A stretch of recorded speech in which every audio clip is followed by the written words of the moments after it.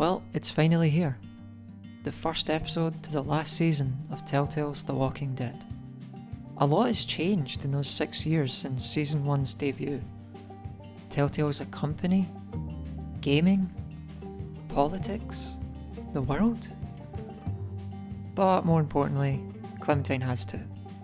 The world hasn't been kind to Clementine in the years since.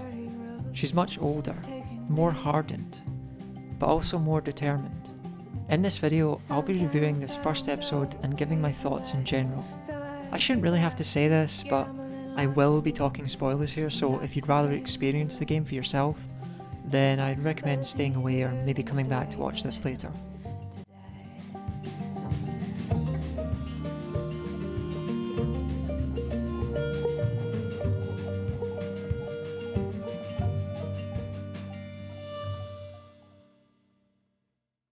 So, the question is this it? Does this episode live up to the heights of Season 1? Is it as great, as memorable, as heartbreaking as Lee's first meeting with Clementine?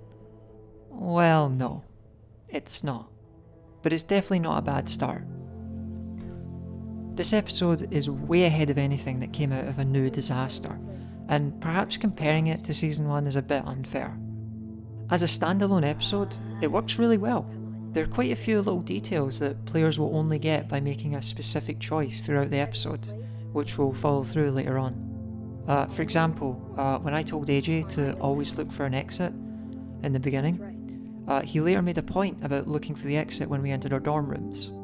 These types of things are good to have, and they remind you to be careful about what you say or do around AJ. One massive change from A New Frontier that I think is well appreciated is the return to a more consistent art style. This new dark and shaded look is very clearly reminiscent of the comic book that the game is based on, and I'm glad to see it. I may or may not have mentioned in my first look video, and I'm too lazy to check, that I had a concern about how the game looked in motion. Well, I have to say, it looks fine. It does get a bit difficult to see what you're looking at when things are at a far distance though, and it can blur certain things from view, which is a bit sad since the matte backgrounds will probably go unnoticed because of how thick the shading can be. The character designs are a bit on the S side for me, personally. I think I mentioned that in my PAX stream. Although to be fair, you don't exactly have much choice of what you can wear in a world like this, so I can give him a pass for it. I still think that Marlon's design was terrible though. What's up with your haircut, Marlon? Oh boy. What do you mean? She means it looks like a dead cat. Probably smells like one too. I look cool. Whatever you say. I say I look cool. Speaking of the characters, I like them. I wasn't expecting to, and I have to be honest, the way they painted them in the pre-release material made me think I was really gonna hate them. But I didn't. Violet is your typical kind of pragmatic hardass, but she isn't a selfish, unempathetic asshole like previous characters. She reminds me of Lily from Season 1 in a way that she's hard to like initially, but when you give her a chance she can open up and be a good person to have on your side. Lewis is a bit of a weird one. He's a character that I feel is a bit all over the place. In some ways it don't really make total sense to me. He seems shocked initially that Clementine taught AJ how to use a gun and trusts him with it, but he seems totally okay with setting up bizarre and overly complicated traps. Seriously, how did he get those rocks up there? As well as punching a zombie like a piñata. I started the episode liking his optimism, but I feel as though as the episode went on, I was reminded that, yeah, this is indeed a boarding school for delinquents. And who's in charge? Well, I am. Marlon. Oh boy, what do I say about this guy? Well, I liked him the most out of the group, and he seemed like a reasonable guy who was just trying to keep his group together through problems that weren't really in his control. Being a leader is absolutely not easy. We've seen a lot of leaders throughout this series who try to do what's best, but ultimately succumb to the pressure of it all. Marlon is no exception. I believe Marlon absolutely put the group first, and he outweighed the risks. For all we know, the group could have ended up dead had Marlon refused the raiders. Is that really a better alternative? Keep in mind, if he didn't give 10 sisters over, it's probably likely that Clementine would have died in that car crash. No one would have been there to save her. In a way, his actions saved Clementine. No way something like that could last. Not for long. And yet here we are, saving you and your boy's life. You must be doing something right. It's easy to boil down someone's choices and call them a murderer, but maybe you should look at some of the other characters in this series first. It really isn't that much different from Lee dropping Ben from the bell tower, or Clementine leaving Sarah at the trailer park. If you made either of those choices yet call out Marlon, you aren't in any position to criticise his behaviour. Clementine can even murder one of the only doctors in Richmond, purely because she wanted information. You're free to dislike Marlon as much as you want. I don't expect everyone to agree with me, but I think he's a far more nuanced character than people are giving him credit for. I personally don't hate him. I think he was a misguided teenager with constant pressure of keeping the group fed and contained. He wasn't fit to be a leader, sure, but you can't say he never had their best interests at heart. I didn't want this. I wanted to save all of you. Sophie, Minerva, I didn't want to hurt them. And I can respect that about him, even if I dislike the way that he went about things. Anyway, as for the other characters, my favourite of all of them is probably Asim. He's easily the most relatable character to me personally. He's got his priorities straight, but he's also not an unpragmatic, survivalist douchebag. It's for that reason that I have no doubt he's going to die in the next episode, because someone like him is far too reasonable and far too down to earth for a story like this. I have no doubt he's going to die an ironic death, where his seriousness will end up putting him in a deadly scenario. I'm calling it now. But I really hope it doesn't happen. 10 seems nice enough. He's an idealistic kid with an imagination that, no doubt by the end of the story, is going to be completely destroyed. He will not be the same kid by the end of this story. His arc kinda writes itself. And I can only hope that he retains at least some of his innocence for as long as possible. He's probably going to get Sarah'd though. I don't have too much to say about Ruby, Willie, Omar, Mitch, or the others.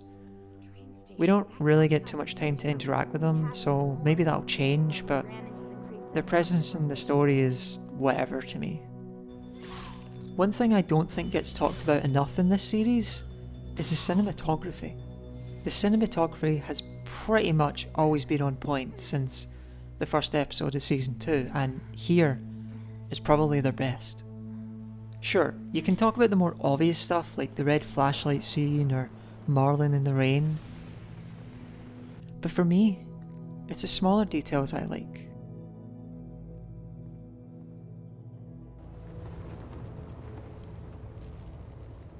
Chris Webber and Vara Mantonian did a bang-up job, and I hope this good direction follows for the episodes to come. Yeah, me too. The best scene in the episode, for me personally, was the card game. You get to ask a bunch of questions as well as answer some things about Clementine herself. There are a few nice nods to the previous seasons, mostly season 1. In fact, that's actually something we need to talk about. Alright then, let's get into the nitty-gritty stuff, the writing. My biggest issue here were some of the dialogue options that Clementine herself can say. I understand that season 1 was Telltale's magnum opus. It was the game that made them as a company. But what is it with the constant season 1 pandering? I get it, I love season 1, it's fantastic. But those events happened 8 years ago. She spent no more than 4 months with Lee during the apocalypse, and while he was helpful in teaching her with most of the fundamentals of survival and morality, that was a drop in the ocean compared to the time she spent with either Krista and either Kenny or Edith at Wellington. You might say that the time she spent with Lee was more significant than the others, and okay, then can you explain why we've had more mentions of Lee in this episode than we ever have of her own parents throughout the entire series? Her dad, Ed, only gets 1 mention in season 2, and we've heard nothing since. She wears her dad's hat almost constantly. It's a trademark of her outfit, but she never mentions him. I think the writers need to tone down the Lee love for a bit. Give us more focus to the other people in Clementine's life. But okay, let's tackle the most controversial thing about the entire episode. The finale. I've already spoke about my feelings on Marlon, but I think we need to talk about AJ now for a minute. No matter what you think Marlon deserved, AJ shooting him then and there was completely unwarranted. Marlon was unarmed and of no threat to anybody. AJ killing him was completely unnecessary. I understand that AJ has never experienced civilization or functioning society. His entire life has been spent constantly trying to survive, and he spent most of that time with Clementine, and only her. As a result of that, he's also unsocialised. He's incredibly immature when it comes to interacting with other people, and so his actions make him seem like he's being inappropriate, when really he just doesn't know any better.